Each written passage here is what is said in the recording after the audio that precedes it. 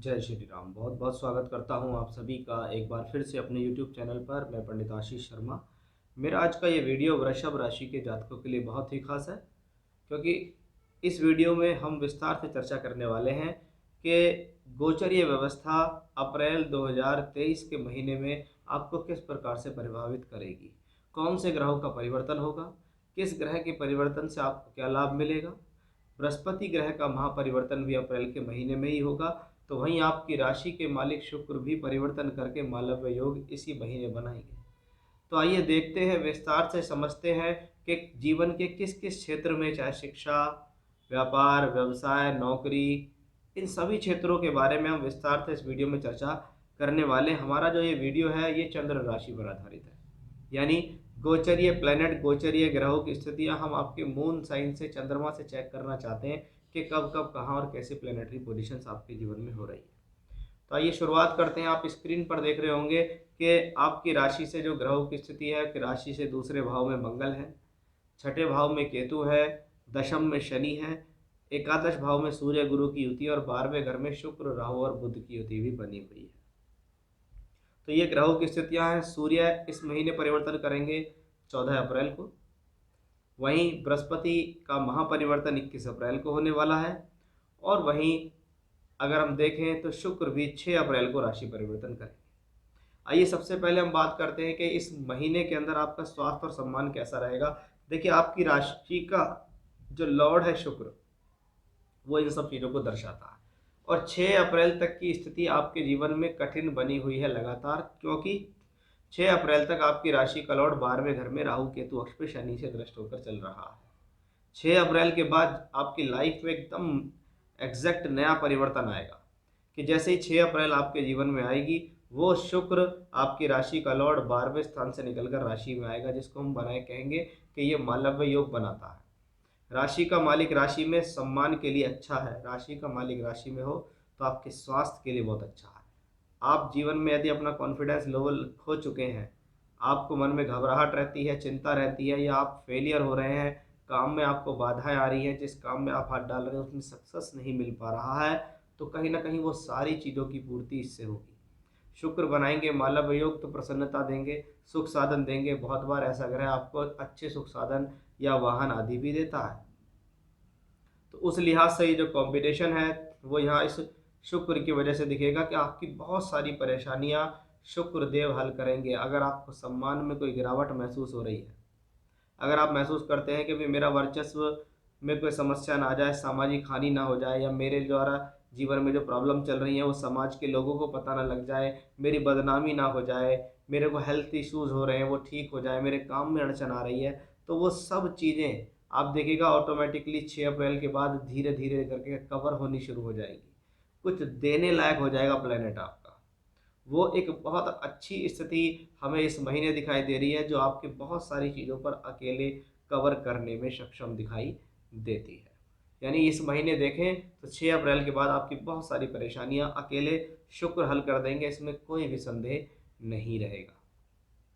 अब आइए बात करते हैं कि ये जो पंचम भाव है, जिससे हम आपकी शिक्षा के बारे में बात करते हैं, विद्या बुद्धि के बारे में बात करते हैं।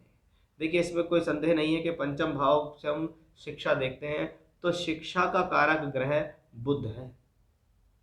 विद्या का कारक ग्रह, सामाजिकता का कारक ग्रह, व्यवहार का कारक ग्रह बृहस्पति हो सकता है, लेकिन शिक्षा कराने का ग्रह तो बुध ही है। और ये बुध पंचम का मालिक होकर 12वें घर में चल रहा है, राहु केतु अक्ष पर चलेगा और शनि से दृष्ट भी होगा। यानी ये प्लेनेट लगातार आपको एक चेतावनी देता, स्पष्ट कर रहा है कि देखिए, शुक्र तो मजबूत हो गया। शुक्र मजबूत होने से ये है कि अगर आप किसी परिस्थिति में फंस जाओगे तो ये वहाँ से आपको निकाल कर लाएगा। लेकिन अपनी ही गलती से अपनी शिक्षा का नुकसान किया, अपनी गलती से अपने गलत निर्णयों से आपने धन का नुकसान किया। बहुत बार क्या है, जुए सट्टी लॉटरी में पैसा लगा रहे हैं लोग बाग, शेयर मार्केट में पैसा लगा देते हैं, जल्दी से पैसा कमाने के लिए शॉर्टकट तरीके अपनाते हैं, और वो चीज़ें आपके लिए नुकसानदायक हो जाती हैं। यानी एक पांचवा घर जो कि विद्या बुद्धि शिक्षा संतान का होता है, उसका मालिक 12वें घर में। यानी इस दौरान संतान से संबंध साध कर रखें। इस दौरान संतान कंसीव नहीं होगी, ये समय संतान के प्राप्ति के लिए ठीक नहीं है। तो यही समय आपकी विद्या बुद्धि के लिए ठीक नहीं है। आप अपने ही निर्णय से अपना लॉस ना कर लें, अपने ही निर्णय से आप अपने आप को नुकसान ना पहुंचा लें। क्योंकि बुद्धि का कारक जब राहु के साथ होगा तो जड़त्व योग बनेगा कि जी मेरी बुद्धि भ्रमित हो गई, मैं ओवर कॉन्फिडेंस में आ गया, मैंने सोचा मुझे सब कुछ आता है और मैंने अपनी गलती से एंड मौके पर जाकर अपनी परीक्षा फल में नुकसान कर लिया, अपना पेपर अच्छा नहीं हुआ और प्रॉब्लम हो गई। तो वो सब इसी कॉम्बिनेशन से देखे जाते हैं। आप इसके साथ साथ देखिएगा कि बृहस्पति 21 अप्रैल को महापरिवर्तन करेंगे और ये बृहस्पति एकादश से पहुंचकर 12वें में जाएंगे, यानी कहीं ना कहीं बाद की एजुकेशन, हायर एजुकेशन करने वाले लोग जो मास्टर्स कर रहे हैं, नेट क्वालिफाई करना चाहते हैं, पीएचडी करना चाह रहे हैं, शोध कर रहे हैं, उनके लिए भी ये समय थोड़ा सा डगमगाने वाला साबित हो सकता है। क्योंकि बृहस्पति 21 अप्रैल के बाद राशि परिवर्तन करके 12वें घर में राहु केतु अक्ष पर होकर शनि से दृष्ट होंगे। यानी बृहस्पति एक तो 12वां गया, अच्छा नहीं है, राहु केतु अक्ष पर जाके शनि से दृष्ट है, यानी कहीं ना कहीं लॉस बृहस्पति का हो रहा है, आपकी व्यवहारिकता का, आपकी समझदारी का हो रहा है कि एक अच्छा खासा समझदार व्यक्ति अपने जीवन में अपनी सुध-बुध खोकर गलत डिसीजंस लेता है तो वो इसी कॉम्बिनेशन से आता है। राहु केतु की पीड़ा लगातार यहाँ दिखाई दे रही है, क्योंकि सूर्य भी यहाँ इस महीने 12वें ही घर में होंगे। तो सूर्य राहु का ग्रहण दोष कह लो, गुरु राहु का गुरु चांडाल दोष कह लो, लेकिन उसको बना तो राहु केतु ही रहा है मंगल की राशि में। इसलिए मंगल देव हनुमान जी के हाथ जोड़ो और रुद्र गायत्री मंत्र, भगवान शिव का रुद्र गायत्री मंत्र है, इसकी कम से कम 2-3 माला रोजाना करनी शुरू करो। शिव मंदिर जाओ, शिवालय जाओ, जल चढ़ाओ, यही चीज़ें आपको इस चीज़ों से बचा सकती हैं। बच जाओगे क्योंकि शुक्र आपका अपनी राशि का है, लेकिन करना पड़ेगा पूजा पाठ, रखना पड़ेगा ध्यान, अदरवाइज प्रॉब्लम्स हो जाएंगी। मंगल ग्रह 7वें घर का मालिक है, यानी विवाह और वैवाहिक जीवन को संभालने वाला ग्रह है, और वो मंगल आपकी भाषा शैली में बैठा हुआ। इसका मतलब स्पष्ट रूप से दिखाई देता है कि अपनी वैवाहिक जीवन को सही करने के लिए अपनी भाषण शैली को सुधारो। अदरवाइज आपके जीवन में आपकी खराब भाषा शैली की वजह से, ज़्यादा बोलने की वजह से, कड़वा बोलने की वजह से, या ज़्यादा स्ट्रेट फॉरवर्ड होने की वजह से, इस मंगल की वजह से आपके वैवाहिक जीवन में तनाव आएगा। और वो तनाव इतना भी हो सकता है कि पता लगा कुछ समय के लिए डिस्प्यूट्स हो गया, पति पत्नी की बोलचाल बंद हो गई, पत्नी अपने घर चली गई, और जब मंगल का ट्रांजिट ठीक हुआ तब वापस आ गई। तो उन चीज़ों का विशेष ध्यान आपको यहाँ रखने की ज़रूरत है, अदरवाइज समस्या बढ़ सकती है, प्रॉब्लम में फंस सकते हो आप ज़्यादा बड़ी में। शुक्र विवाह का कारक होके राशि में चलता है, ऐसी स्थिति में बहुत बार लगता है कि विवाह हो जाएगा, रिश्ते आ रहे हैं, अब तो बात बन ही जाएगी, लेकिन वो बात बनती नहीं, वो बात संभलती नहीं, वो बात और ज़्यादा बिगड़ जाती है। तो मंगल क्योंकि सप्तम का मालिक होकर धन भाव में है, इसलिए पति पत्नी के बीच धन को लेकर भी किसी प्रकार का विवाद हो सकता है, पैसे को लेकर तंगी हो सकती है। वाइफ कहने लगे मुझे आप पैसा नहीं देते, मुझे आप खर्चा नहीं देते, या पैसे का इन्वेस्टमेंट ज़्यादा हो रहा है खर्च में, तुम उन चीज़ों का ध्यान नहीं रख रही हो, तो उन चीज़ों को लेकर भी विवाद बढ़ सकता है। अब आइए देखते हैं नौकरी, व्यापार, फाइनेंस के तौर पे कैसा। देखिए पहले नौकरी व्यापार को सिक्योर करने वाला ग्रह कौन है?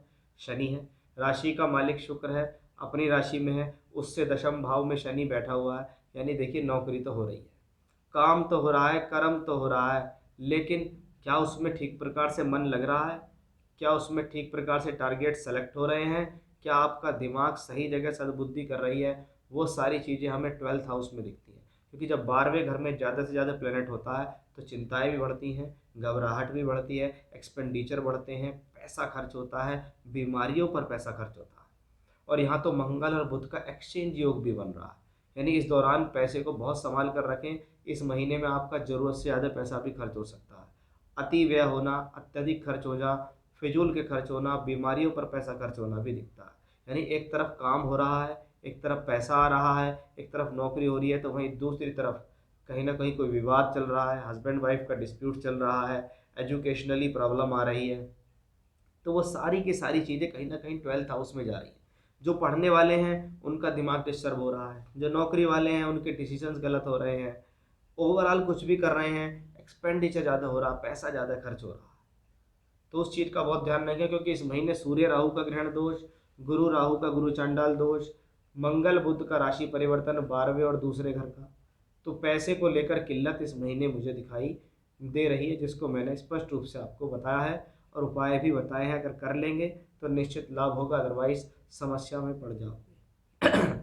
तो ये था मेरा आज का विषय कि कैसा रहेगा आप सभी के लिए अप्रैल 2023 का महीना वृषभ राशि के जातकों के लिए, उसको मैंने पूरी तरीके से समझाने की कोशिश की है। फिर से इसी प्रकार की जानकारी लेकर आपके सामने हाजिर होऊंगा, तब तक के लिए बने रहिएगा मेरे साथ। जय श्री राम।